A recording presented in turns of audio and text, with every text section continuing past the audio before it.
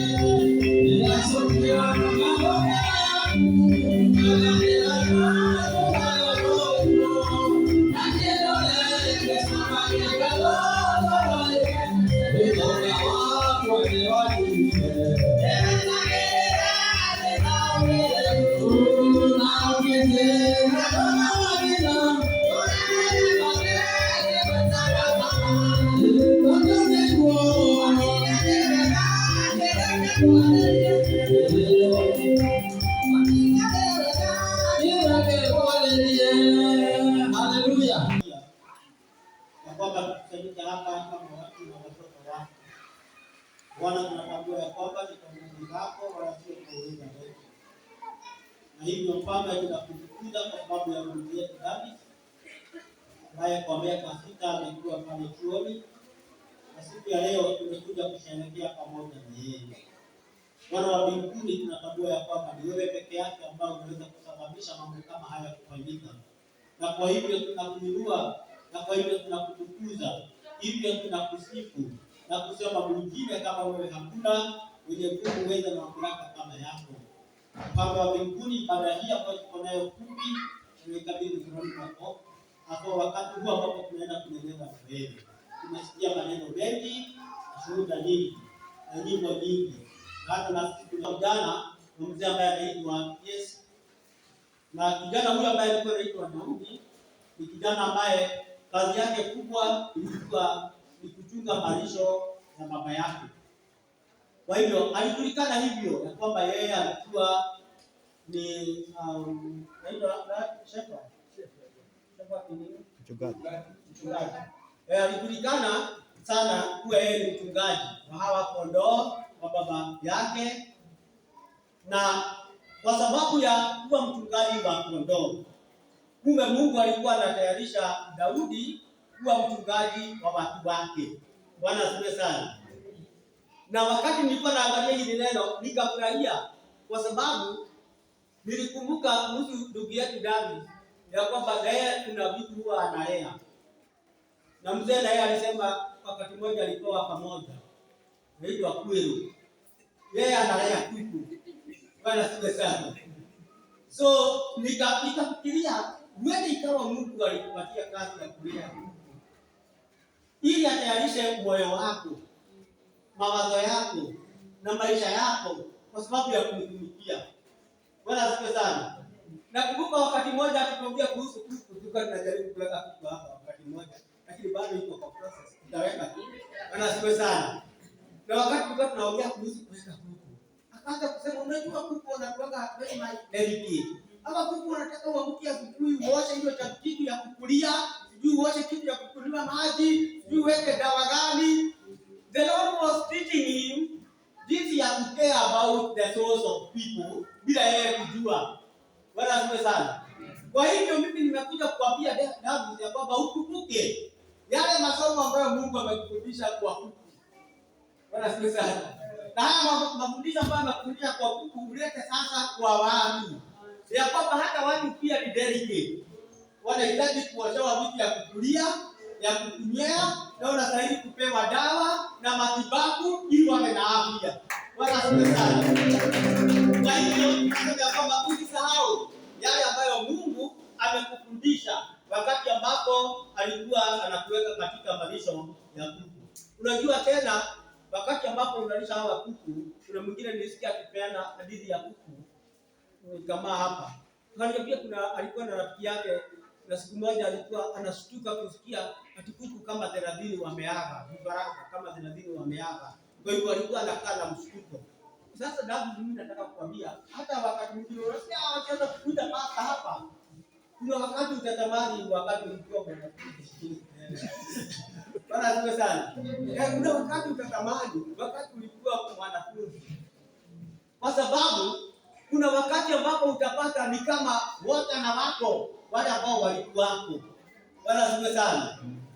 Ya kwamba utakuja uruke na wao sande moja au sande nyingine hawako, na unakuwa na wasiwasi sana, bila ambavyo vifaraka wakitoka unakuwa na wasiwasi. Kwa hivyo Daudi alikuwa anafundishwa na Bwana jinsi ya kuangalia mioyo ya watu bila yeye kujua, wakati ambapo alikuwa amemweka kwa kondoo. Na kile ambacho Mungu alifanya ndani yake ni kuhakikisha ya kwamba hakusahau yale masomo ambayo alikuwa amemfundisha wakati ambapo alikuwa anaangalia kondoo. Na jambo lingine ambalo haufai kusahau ni kusahau mahali ambapo Mungu amekutoa. Bwana asifiwe sana. Na hii si ya David peke yake, ni hata yetu sisi wenyewe.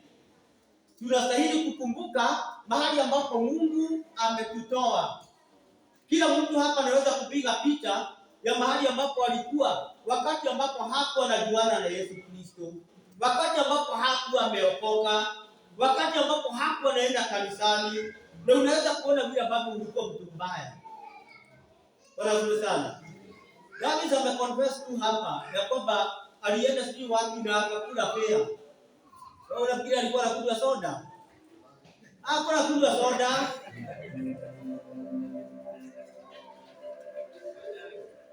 Mada haingemaliza pia. Niingia kwa mkahawa tofauti na ile mkahawa amezoea. Akakunywa soda tofauti na ile ambayo amezoea kunywa.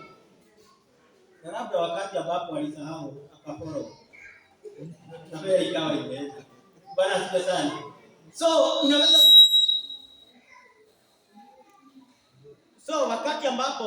Wakati ambapo unapitia mambo kama hayo, tunasema ya kwamba usisahau kuna mahali ambapo Mungu amekutoa.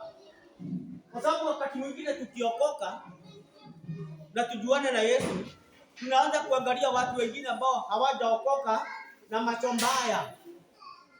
Unaanza kuwafikiria negative. Unaanza kuona kama ni watu ambao hawafai, ni watu ambao hawawezi kusaidika, ni watu ambao hawawezi kusimama, ni watu ambao hawawezi kwenda mbali. Tukisahau na sisi tumetolewa huko na Bwana. Bwana asifiwe sana.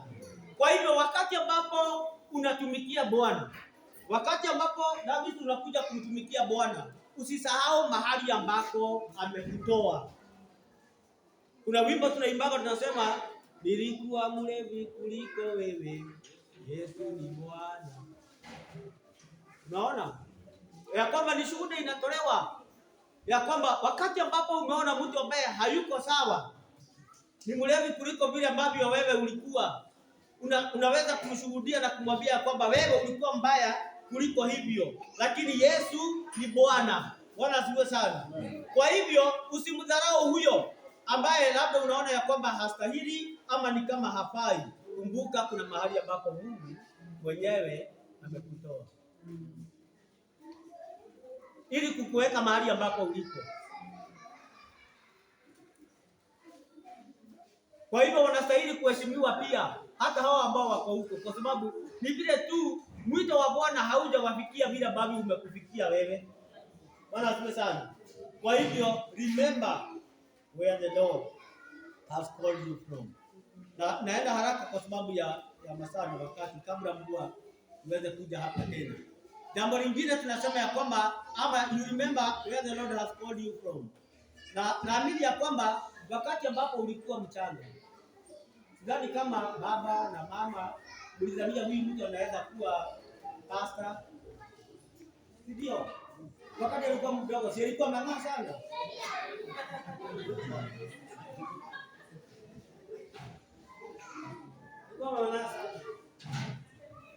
Kuna wakati mmoja kama hujui nataka kukwambia. Sasa mimi paka wake nilimwambia. Kuna wakati mmoja aliiba baiskeli yako Dubi.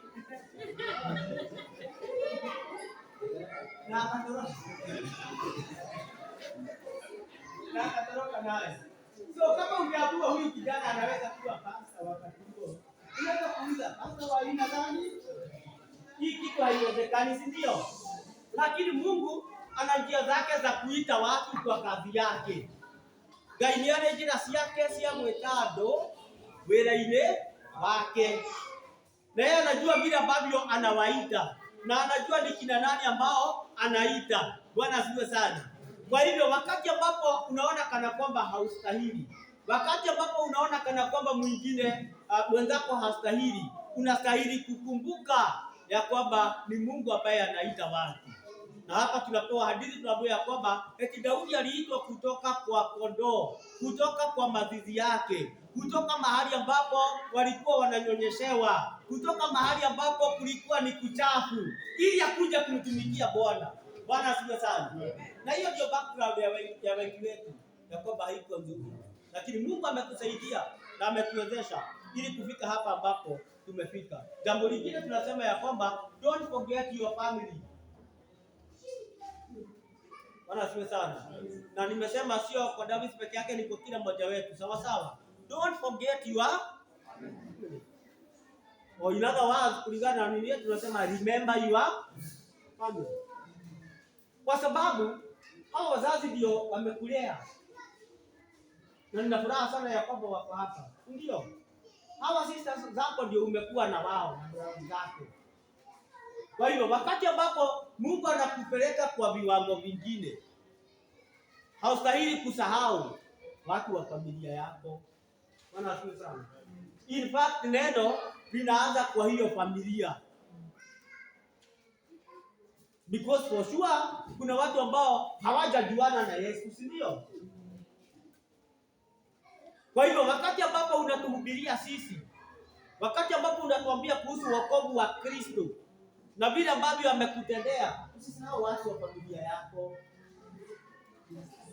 Make sure that they hear it.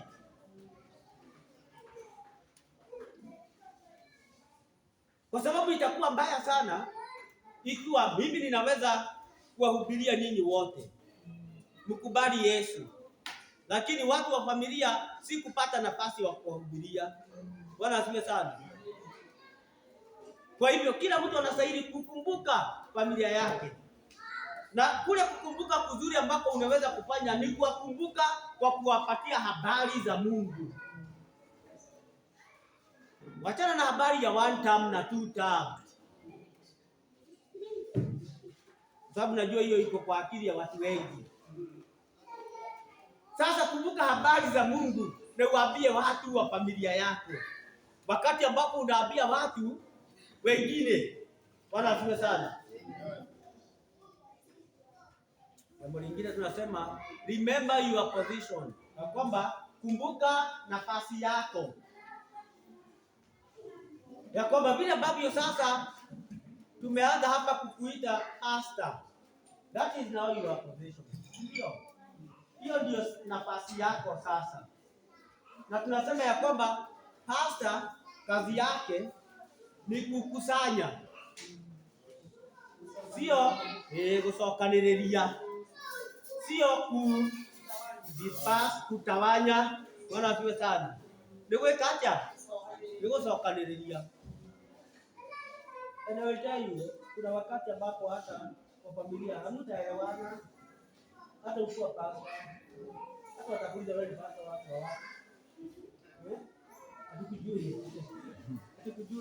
Wala asifiwe sana. Lakini haustahili kugive up, ya kwamba utajua ya kwamba kazi yako ni kusokanenia, ni to bring together. Sawa?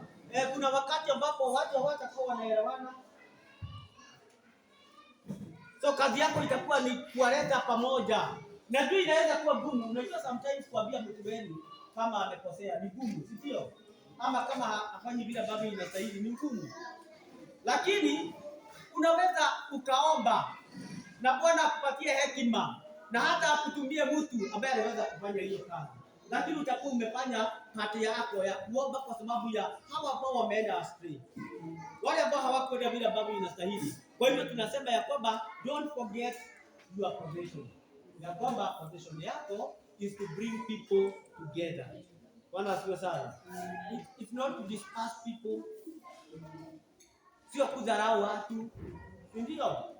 Ni kuheshimu watu, ni kusimama na watu, ni kutembea na watu. Bwana asifiwe sana. Jambo lingine tunasema ya kwamba wakati ambapo uko hapa, remember that you are serving God. Uririkane ati no Ngai urakugatira. Bwana asifiwe sana. Sijui niko nataka kusema nini. Hiyo neno utugatira haikuwa. Lakini kumbuka hivyo ya kwamba ni Mungu ambaye unatumikia. Na hakuna mtu ambaye anatumikia Mungu inakuwa bure. Hapana. Bwana analipa. Na Bwana anasimama na watu ambao wanamtumikia. Bwana asifiwe sana. Kwa hivyo wote katika level yoyote mahali ambapo tunasaa, hata huyu ndugu ambaye amesema ni mwalimu, unastahili kujua pia ni Mungu unatumikia kwa hiyo level yake. Bwana asifiwe sana. Na wakati ambapo unamtumikia, neno linatuambia kwamba katika Yohana 11:26 anasema ya kwamba yule ambaye anamtumikia Bwana anamheshimu. Bwana asifiwe sana. Kwa hivyo kumtumikia Bwana ni jambo la busara, ni jambo nzuri, ni jambo la baraka, na kwa hivyo tunastahili kutia bidii katika kumtumikia Bwana. Kwa hivyo damu tujue ya kwamba wakati ambapo unahubiri, wakati ambapo unafanya chochote ambacho utakuwa unafanya hapa, hata kusahau maji, ujue ya kwamba unatumikia nani? Mungu. Na Mungu ni mwema kwa sababu hakusahau kitu hata kidogo ambacho unafanya kwa sababu yake. Na jambo la mwisho ukumbuke, ama kila mtu akumbuke ya kwamba haitakuwa rahisi. It will not be easy. Na haijakuwa rahisi, si ndio? Hata kwa wengi wetu. Kuna wimbo mwimbaji mmoja alimba akasema, haijawa rahisi kufika hapa, ni mkono wa haijawa rahisi kufika hapa, mkono